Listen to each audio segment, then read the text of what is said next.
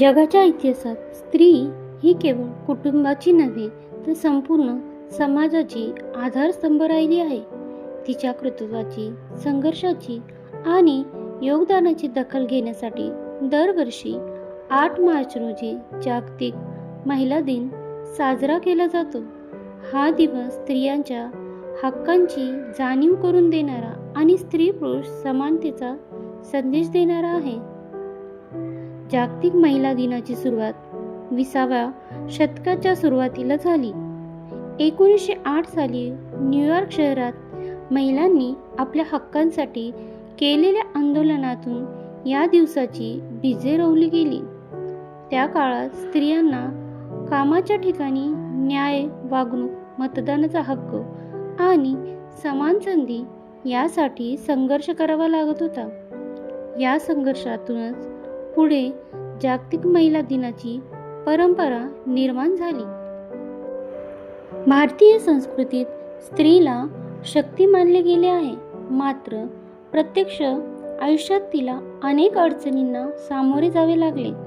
शिक्षण, संपत्तीवरील हक्क आणि राजकारणातील सहभाग या क्षेत्रात दीर्घकाळ तिच्यावर मर्यादा होत्या. तरीही अनेक महिलांनी परंपरेच्या चौकटी मोडून स्वतःचे वेगळे स्थान निर्माण केले. शिक्षण क्षेत्रात क्रांतिज्योती सावित्रीबाई फुले यांचे कार्य अत्यंत मोलाचे आहे. त्यांनी मुलींसाठी पहिली शाळा सुरू करून स्त्री शिक्षणाची क्रांती घडवली. राजकारण आणि नेतृत्व क्षेत्रात इंदिरा गांधी यांनी पंतप्रधान म्हणून देशाचे नेतृत्व केले.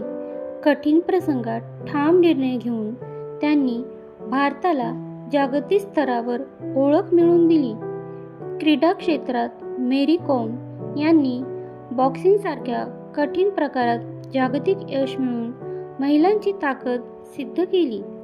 ग्रामीण भागातील सामान्य कुटुंबातून आलेल्या मेरी कॉम यांनी कठोर परिश्रम आणि जिद्दीच्या बळावर अनेक पदके मिळवली. विज्ञान आणि अंतराळ क्षेत्रातही महिलांनी उल्लेखनीय कामगिरी केली आहे. कल्पना चावला यांनी अंतराळात झेप घेत संपूर्ण देशाला अभिमान वाटावा असे कार्य केले. त्यांचे धैर्य आणि जिज्ञासा आजच्या पिढीसाठी प्रेरणादायी ठरतात. अशी असंख्य उदाहरणे स्त्रियांच्या कर्तृत्वाची साक्ष देतात. आजच्या काळात महिला डॉक्टर, अभियंते, शिक्षक, पोलीस अधिकारी, उद्योजिका, शेतकरी आणि सैनिक अशा विविध क्षेत्रात कार्यरत आहेत. ग्रामीण भागातील स्वयंसहाय्यता आणि बचत गटामुळे अनेक महिलांनी लघु उद्योग सुरू करून आर्थिक स्वावलंबन मिळवले आहे. एखादी गृहिणी घर सांभाळत असतानाच ऑनलाईन व्यवसाय सुरू करते, तर एखादी तरुणी शिक्षण घेऊन स्पर्धा परीक्षा उत्तीर्ण होते. ही सर्व उदाहरणे स्त्रीच्या जिद्दीची आणि प्रगतीची साक्ष देतात.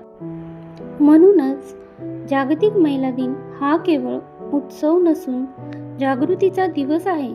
स्त्रीला समान संधी, सुरक्षित वातावरण आणि सन्मान मिळणे अत्यावश्यक आहे.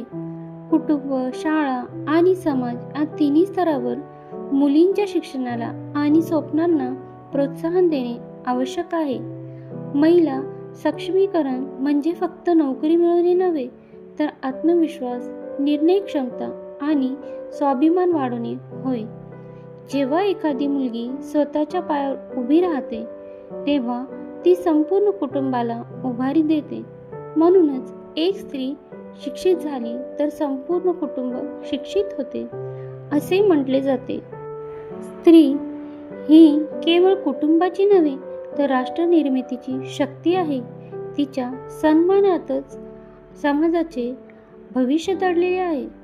स्त्रीचे तात्विक स्वरूप केवळ बाह्य यशात मोजता येत नाही.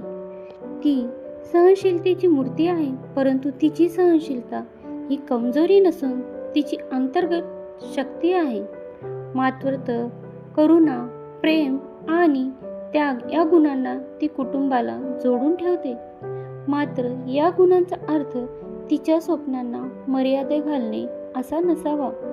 स्त्री ही केवळ कुटुंबासाठी जगणारी नाही, ती स्वतःच्या स्वप्नांचीही मालकीण आहे.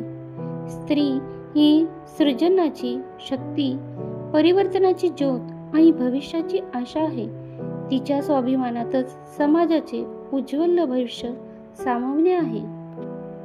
जागतिक महिला दिन हा स्त्रियांच्या संघर्ष, कर्तृत्व आणि समाज निर्मितीतील भूमिकेचा गौरव करत समान संधी व सन्मानाच्या मूल्यांची जाणीव करून देणारा दिवस आहे.